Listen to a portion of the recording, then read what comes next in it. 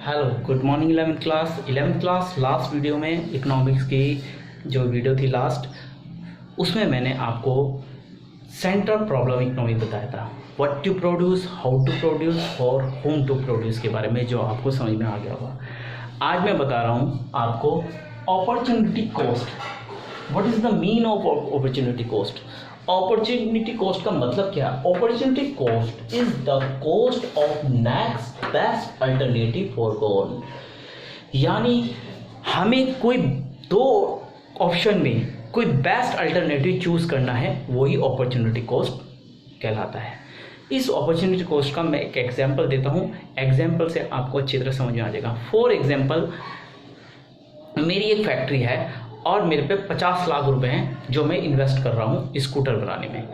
तो मैं स्कूटर 50 लाख 5 करोड़ जो भी अमाउंट मानिए मेरे पे इन्वेस्टमेंट है, मैंने स्कूटर बनाने में इन्वेस्ट किया। अब मुझे लगा कि मार्केट में डिमांड मोटरसाइकिल की ज़्यादा है, तो मैंने क्या करा, स्कूटर का इन्वेस्टमेंट जो कर रहा था स्कूटर बनाने, उसका कुछ इन्वेस्टमेंट वहाँ से स्विच कर मोटरसाइकिल के बनाने में लगा दिया, क्योंकि मुझे वहाँ बेस्ट अल्टरनेटिव दिख रहा था पैसा कमाने का।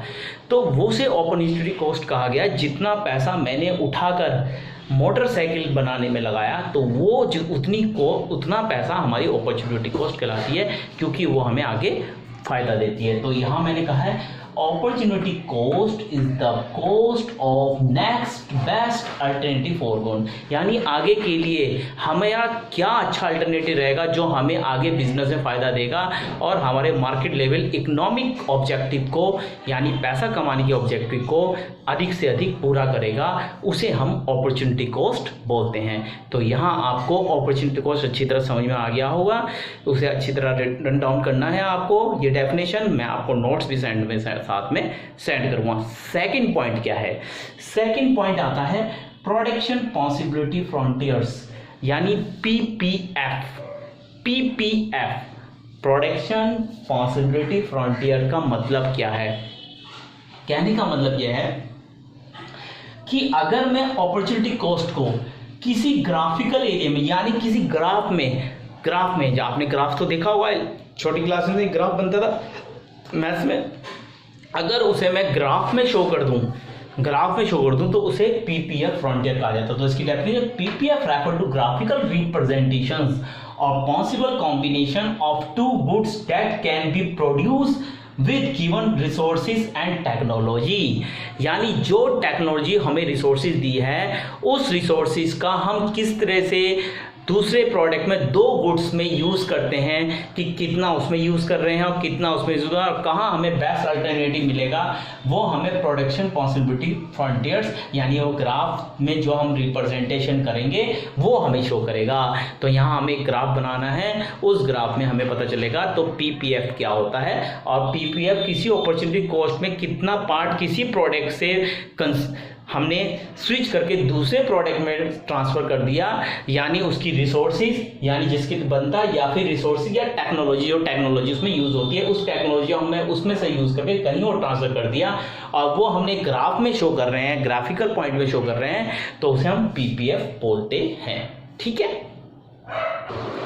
प्लीज़ इसे रिटर्न डाउन कीजिए और वीडियो को पॉज करके भी आप इन्हें रिटर्न डाउन कर सकते हैं। वीडियो को पॉज कीजिए और फिर आराम से रिटर्न डाउन कीजिए।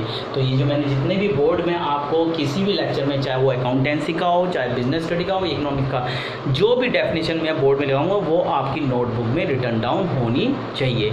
तो इसे नोट डाउन कर लीजिए प्लीज़। पीपीएफ को किस किस नाम से जाना जाता है?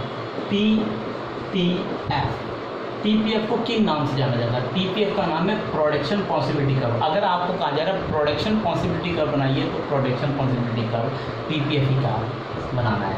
अगर आपको प्रोडक्शन पॉसिबिलिटी बाउंड्री कहा जाता है तो वो भी पीपीएफ कहलाता है। ट्रांसफॉर्मेशन कर्व कहा जाता है, ट्रांसफॉर्मेशन कर्व कहा जाता है, वो भी पीपीएफ ही कहलाता है। ट्रांसफॉर्मेशन बाउंड्री कहा जाता है, उसे भी पीपीएफ ही बोलते हैं।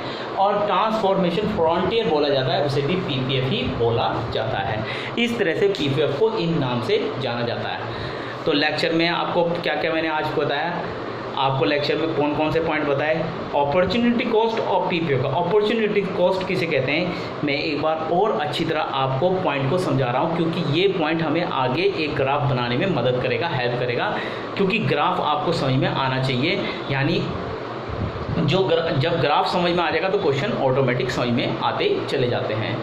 तो प्रोडक्शन पॉसिबिलिटी कर्व और अपॉर्चुनिटी कॉस्ट के बारे में मैंने आपको बताया। तो अपॉर्चुनिटी कॉस्ट क्या होती है, पहले अपॉर्चुनिटी कॉस्ट के बारे में हम बताते हैं। जब हमें दो प्रोडक्शन में किसी एक प्रोडक्शन में पैसा यहाँ से उठाकर यहाँ इन्वेस्ट करना है, तो जितना पैसा यहाँ से उठाकर यहाँ इन्वेस्ट करते हैं वो हमारी अपॉर्चुनिटी कॉस्ट होती है। और क्यों उठाते हैं, क्योंकि हमें पता है उसमें प्रॉफिट हमें ज़्यादा होगा,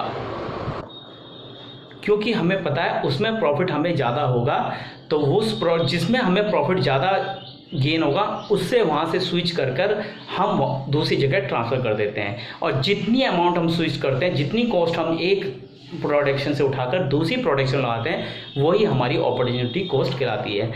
अब उसे जब हम एक ग्राफिकल पोर्शन में अपने एक नोटबुक में या अपनी वर्क में उसे ग्राफिकल पोर्शन में, यानी कि ग्राफिकल एरिया जैसे लाइन खींचना, उसे ग्राफ में शो करना में शो करते हैं, उसे हम पीपीएफ बोलते हैं, यानी प्रोडक्शन पॉसिबिलिटी फ्रंटियर्स का बाउंड्री, कुछ भी बोल सकते हैं। तो अगली नेक्स्ट वीडियो में मैं आपको इसका ग्राफ बनाना सिखाऊंगा, इसका एक एग्जांपल लेंगे और उसको पूरा ग्राफ के साथ सीखेंगे। तो ये आपको समझ में आ गया होगा, इसे अच्छी तरह नोट डाउन कीजिए। कोई भी प्रॉब्लम है तो मेरे व्हाट्सएप नंबर पे मुझे सेंड कीजिए, ठीक है। Okay 11th class, bye.